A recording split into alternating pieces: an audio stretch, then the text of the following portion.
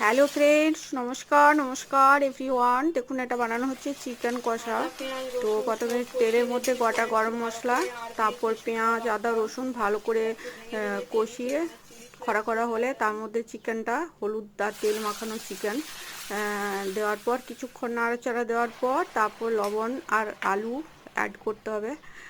আলু আর লবণ দিয়ে কিছুক্ষণ নাড়াচাড়া করার পর তারপর আবার শুকনো লঙ্কার গুঁড়ো, কাঁচা লঙ্কা, গোটা জিরে আর চিনি এসব দিয়ে ভালো করে আবার কিছুক্ষণ কষিয়ে নিতে হবে।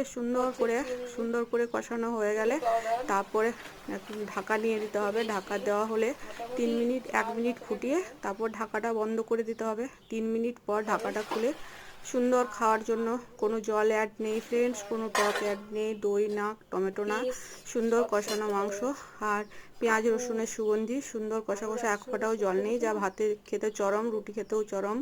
এটা খাওয়া খুবই